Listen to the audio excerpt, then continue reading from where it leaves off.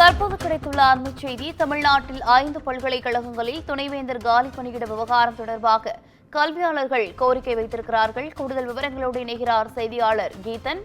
வணக்கம் கீதன், விவரங்கள். தமிழகத்தில் உள்ள 5 பல்கலைக்கழகங்களில் துணைவேந்தர் பணியிடம் என்பது நிரப்பப்படாமல் இருக்கின்றது. குறிப்பாக தமிழக ஆளுநர் யுஜிசி பிரதிநிதியை பல்கலைக்கழக துணைவேந்தர் நியமனத்திற்கான தேடுதல் குழுவில் நியமிக்க வேண்டும் என்கின்ற அந்த கருத்தை வலியுறுத்தி வருகின்றார். இதற்கு அரசு எதிர்ப்பு தெரிவித்து வருகின்றது. இந்த நிலையில்தான் இந்த விவகாரத்தில் ஒரு முடிவு எட்டப்படாத நிலையில் தொடர்ந்து ஆளுநருக்கும் தமிழக அரசுக்கும் ஒரு மோதல் போக்கு நீடித்து வருகின்றது. இது தொடர்பான வழக்கு ஏற்கனவே நீதிமன்றத்தில் இருக்கின்றது. குறிப்பாக அந்த பல்கலைக்கழக மானியக் குழுவின் பிரதிநிதியை சேர்க்க கூடாது என்பதை தொடர்ந்து தமிழக அரசு இந்த வழக்கு நிலுவையில் இருக்கின்றது. ஆனால் தொடர்ந்து தமிழக அரசு இந்த வழக்கை நடத்தி முடிப்பதற்கான ஆர்வம் காட்டாமல் காலம் தாழ்த்தி வருவதாக தற்பொழுது கல்வியாளர்கள் விமர்சனத்தை முன்வைத்திருக்கின்றார்கள்.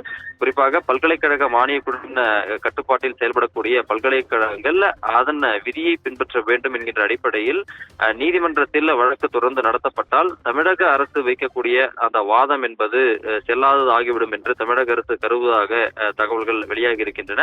குறிப்பாக பல்கலைக்கழக மானியக் குழுவின் பிரதிநிதியை தேடுதல் குழுவில் சேர்க்க வேண்டும் என்ற அந்த ஒரு உத்தரவு நீதிமன்றத்தால் பிறப்பிக்கப்பட்டால் அது தமிழக அரசுக்கு பின்னடைவாக இருக்கும் என்பதால் வழக்கை நடத்தாமல் காலம் தாழ்த்தி வருவதாக தற்பொழுது தகவல்கள் வெளியாகி இருக்கின்றன. எனவே உடனடியாக தமிழக அரசின் விவகாரத்தில் வழக்கை விரைந்து நடத்தி பல்கலைக்கழக துணைவேந்தர் நியமனங்களில் ஒரு தீர்வை எட்ட வேண்டும் என்பதே ஆசிரியர்கள் மற்றும் கல்வியாளர்களுடைய கருத்தாக உள்ளது. விவரங்களுக்கு நன்றி கீதன்.